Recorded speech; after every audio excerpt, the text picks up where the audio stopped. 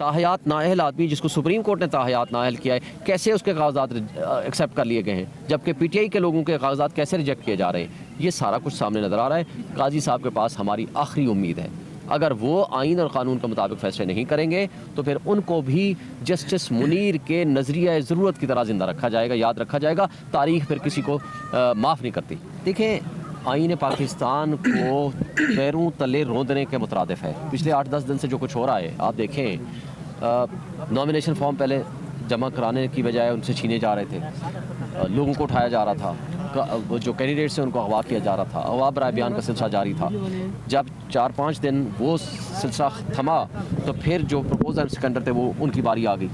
सारा दिन पाकिस्तान में पिछले 5 दिन से थ्रू आउट यही हो रहा है कि बंदे उठाए जा रहे हैं, प्रपोजल सेकेंडर को अंदर नहीं जाने दिया जा रहा, उनसे कागजात छीने जा रहे हैं और उनके न सिर्फ अगवा का सिलसिला जारी है बल्कि अब तीसरा सिलसिला आज से शुरू हो जाएगा, वो होगा कागजात की मुस्तरद होना। यानी ये असल में ये चाह रहे हैं, ये तमाम ये इदारे मिलके, इलेक्शन कमीशन ख़ुद इसके साथ दिल्ली भगत है, वो सहूलतकारी कर रहा है, डिस्ट्रिक्ट रिटर्निंग ऑफिसर भी सारे मिलके ये चाह रहे हैं कि इतना ज़्यादा हम धांधली और इतना ज़्यादा ख़राबी पैदा कर दें कि अदालतें ख़ुद कह दें कि नहीं जनाब, इलेक्शन तो फ्री एंड फेयर चाहिए था, अगर ऐसा इलेक्शन कराना है तो ये तो इलेक्शन है ही नहीं, तो इसका मतलब है कि फिर हम इस इलेक्शन को ही मुलतवी कर दें। ये इतनी बुरी तरह हरकतें कर रहे हैं, पाकिस्तान का चेहरा इतने बुरी तरह इन्होंने ख़राब किया है, यानी दाग लगाया है पाकिस्तान के चेहरे के ऊपर कि पूरी दुनिया में तमाशा बना के रख दिया है, जमहूरियत का तमाशा बना के रख दिया है, आइन को पामाल कर दिया है, कानून की पामाली कर दी है। और जिस अंदाज से फाशिज़म पंजाब का आईजी और जब पंजाब का चीफ सेक्रेटरी कर रहा है, मेरा ख्याल है दुनिया में ऐसी मिसाल नहीं मिलती। मुझे बताएं, पाकिस्तान से बाहर जब हम जाएंगे, जब हम कश्मीर की बात करेंगे तो किस मुंह से हम बुनियादी हुकूक की बात करेंगे? आप ये करें कि बाकी सूबों में ये मामला इतना नहीं है जितना शिद्दत के साथ पंजाब में। लेकिन बाकी सूबों में भी है, लेकिन कम है।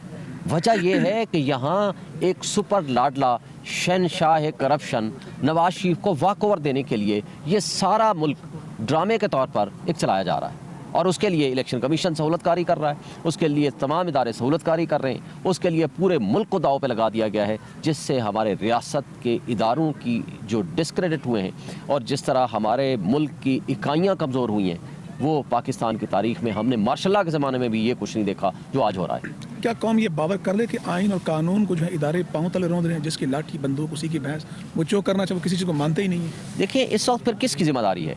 तमाम इदारों की भी जिम्मेदारी है, अदलिया की सबसे ज़्यादा जिम्मेदारी है। क्या इस मुल्क को आपने बाकी रहने देना है?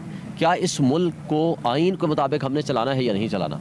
और अगर आपने मुल्क की जड़ों को खोखला करना है तो ये जिम्मेदारी फिर आप पे ऊपर होगी। जो कुछ इसका अंजाम होगा वो पूरी दुनिया भी देखेगी, आप भी देखेंगे ये, लेकिन ये बड़ा भयानक होगा। देखें, अगर आप फ्री एंड फेयर इलेक्शन नहीं कराते, अवाम जो कि मेजॉरिटी में इमरान खान के साथ खड़ी है, उनको अपना कोई किसी को भी वोट दे दें, उनको राय हक दही नहीं देते, उनको अपनी हुकूमत बनाने का मौका नहीं देते, तो फिर क्या होगा?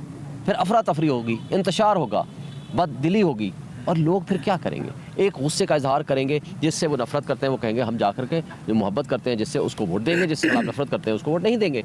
लेकिन आप इस अवामी तर्ज और इस शऊर को छीन लेंगे तो फिर तो अफरा तफरी को आप रोक नहीं पाएंगे, उसका नुकसान हमारी मुल्क को। शुएब शाहीन साहब ये बताएं कि 9 मई के वाक़े की बात की जाती है, लेकिन वो अफराद के जिनके ऊपर एफआईआर के मुकदमात थे, नामजद थे, सिर्फ एक प्रेस कॉन्फ्रेंस की वजह से वो तमाम गुनाह भी धुल गए, वो लॉन्ड्री से भी निकल गए, और बाकी जो अदालतों में फेस करने के बावजूद उनके लिए स्पेस नहीं है। इसकी बुनियादी वजह क्या है? देखिए, 9 मई को ड्रामे के तौर पर पेश किया जा रहा है, यानी 9 मई को जो पीटीआई के साथ खड़ा है वो 9 मई मुलव्वस कर दें और उसको उठा के ले जाएं, उसको अगवा बराए बयान का सिलसिला जारी कर दें। जो एक्चुअली 9 मई में अगर कोई मुलव्वस था वो सिर्फ प्रेस कॉन्फ्रेंस करेगा, वो दूध का धुला हो जाएगा और वो किंग्स पार्टी में शामिल हो जाएगा, वो उनका लाडला बन जाएगा, उसके लिए कोई कानून नहीं है।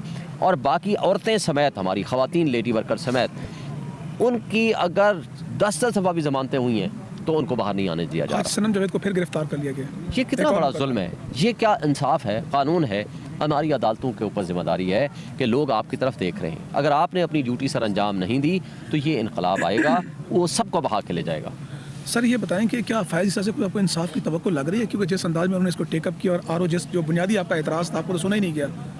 क्या वो या 2 तारीख के लाडले को कहेंगे ताहयात नाअहली ख़त्म? देखें, वो उस लाडले के कागज़ कैसे जमा हुए हैं? ताहयात नाअहल आदमी जिसको सुप्रीम कोर्ट ने ताहयात नाअहल किया है, कैसे उसके कागजात एक्सेप्ट कर लिए गए हैं, जबकि पीटीआई के लोगों के कागजात कैसे रिजेक्ट किए जा रहे हैं, ये सारा कुछ सामने नज़र आ रहा है। काजी साहब के पास हमारी आखिरी उम्मीद है, अगर वो आइन और कानून के मुताबिक फैसले नहीं करेंगे तो फिर उनको भी जस्टिस मुनीर के नज़रिया ज़रूरत की तरह ज़िंदा रखा जाएगा, याद रखा जाएगा। तारीख फिर किसी को माफ़ नहीं करती। 2 तारीख को जा रहे हैं सर, 2 जनवरी को चैलेंज कर रहे हैं इसको, नवाज शरीफ को, ताहियात नाली को। जी हम चैलेंज करेंगे, बिल्कुल करेंगे। और आखिर में आवाम के लिए क्या पैगाम है जो वोट और इस वक्त इसको खौफ में रखा गया है? आवाम बाहर निकले, वो खौफ के बुत को तोड़ दें। 8 फरवरी को बाहर निकलें, आज भी आप बाहर निकलें, अपने हक के लिए निकलें, पुरअमन जद्दोजहद करें। और 8 फरवरी को जब तक आप रिज़ल्ट, सर्टिफाइड रिज़ल्ट लेके ना जाएं, आप बाहर ना जाएं, अल्लाह आपकी कामयाबी देगा। आप अपने हक के लिए निकले हैं, आप अपने हक पे हैं। आपका हक है कि किसको आपने हक के हुक्मरानी देना है, यह आपका हक है। आपका हक जो छीनने की कोशिश करे उसको आप रेजिस्ट करें और आप मुकाबला करें और इंशाअल्लाह आपकी कामयाबी होगी।